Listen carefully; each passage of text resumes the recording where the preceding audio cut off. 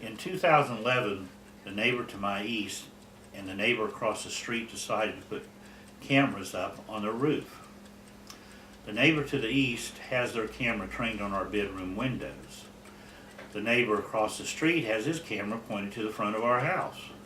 When I filed a complaint with the Beavercreek, Ohio City Police Department, the city assistant prosecutor for Fairborn and Beavercreek, Betsy A. Dees, decided through Kim Subbert, the victim witness advocate, that the prosecutor's office would not prosecute because there was no violation. When I mentioned to this Ken Subbert that there was a violation of 2903.211 of the Ohio Revised Code, menacing by stalking, in violation of paragraph capital A in parentheses, 1 in parentheses, and paragraph 2 in parentheses, I was told by Kim Subbert that I was reading the Ohio Revised Code wrong. She treated me as stupid. Several attorneys have told me that I was not reading these paragraphs wrong.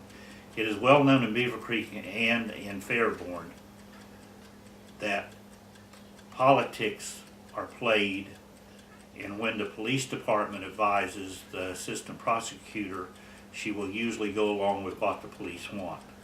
Sometimes the city prosecutor is biased toward a victim and will not help the victim. But mostly this is politics. And if you're not with the in-crowd of politics in this town, you're an outsider.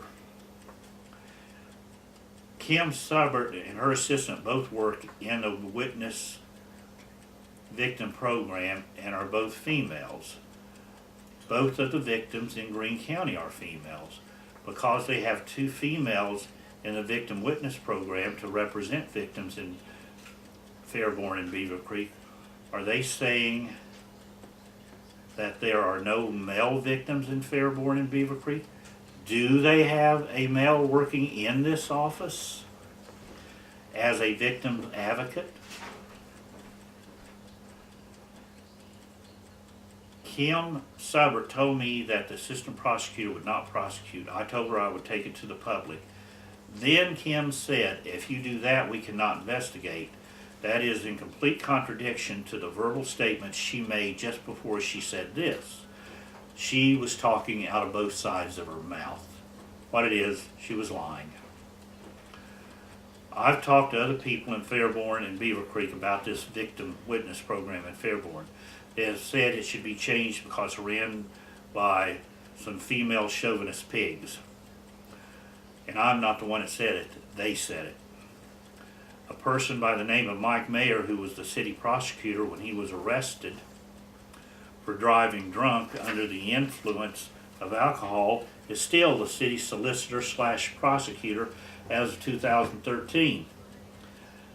This arrest happened several years ago. It's a shame that the citizens of Fairborn and Beavercreek cannot vote for a city prosecutor. Instead, they're under the thumb of the political prostitutes of these two cities. I do have to admit that the courts in Greene County are tied up with these types of politicians. I was a combat medic in Vietnam, and according to the state of Ohio, as a senior citizen, I fall under Ohio Revised Code 5101.61, Adult Protective Services. A in parentheses.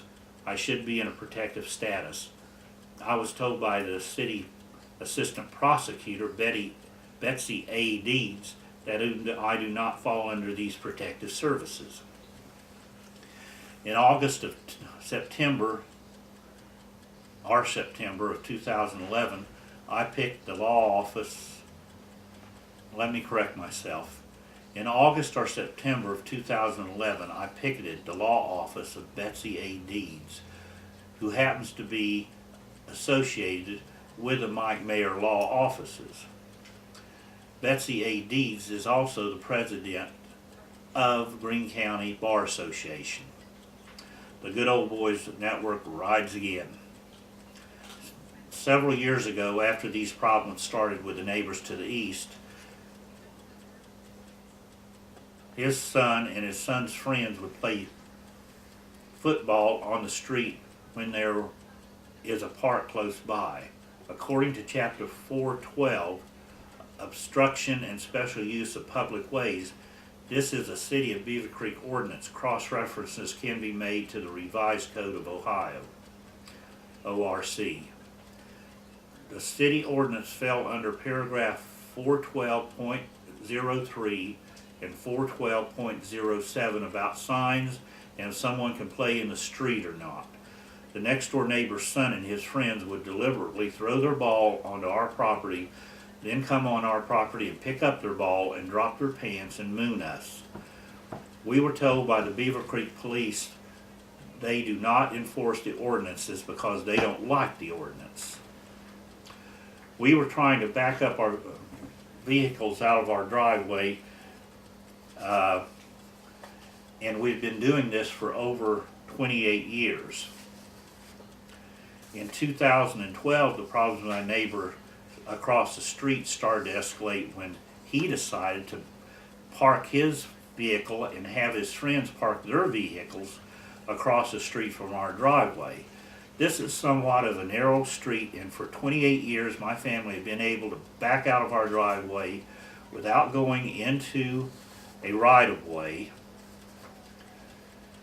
When the neighbors started parking on the streets across from our driveway in 2012, this forced us to back out of our driveway with one of our wheels going barely into the right-of-way as connected to his property so that he can turn and go east on our street, so that we can turn and go east on our street.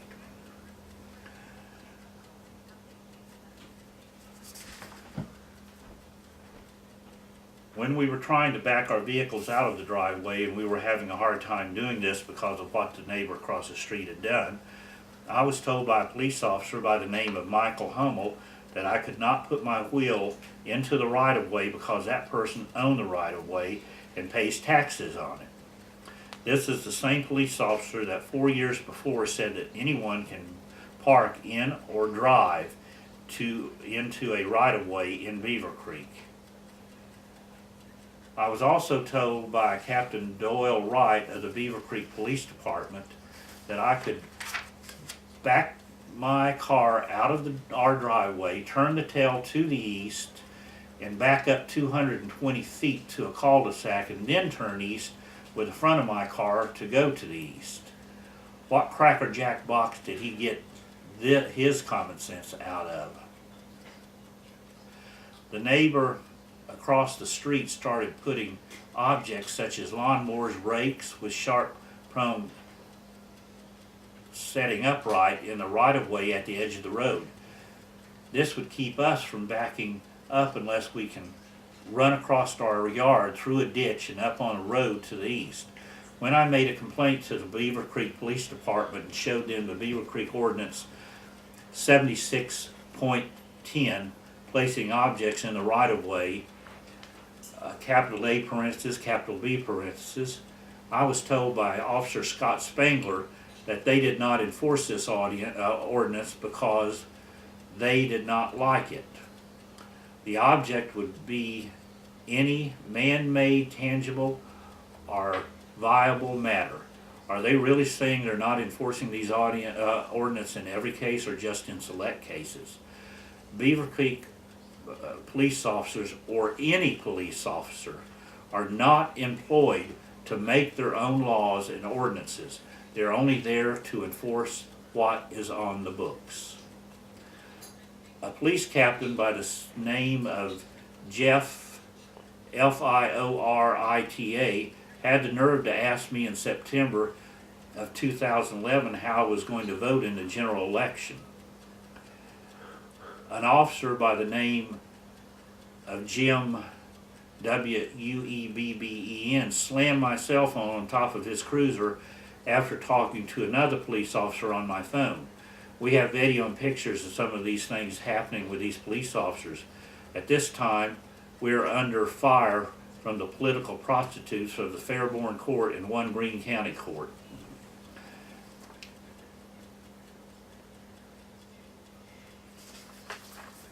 I will continue this video in a few minutes.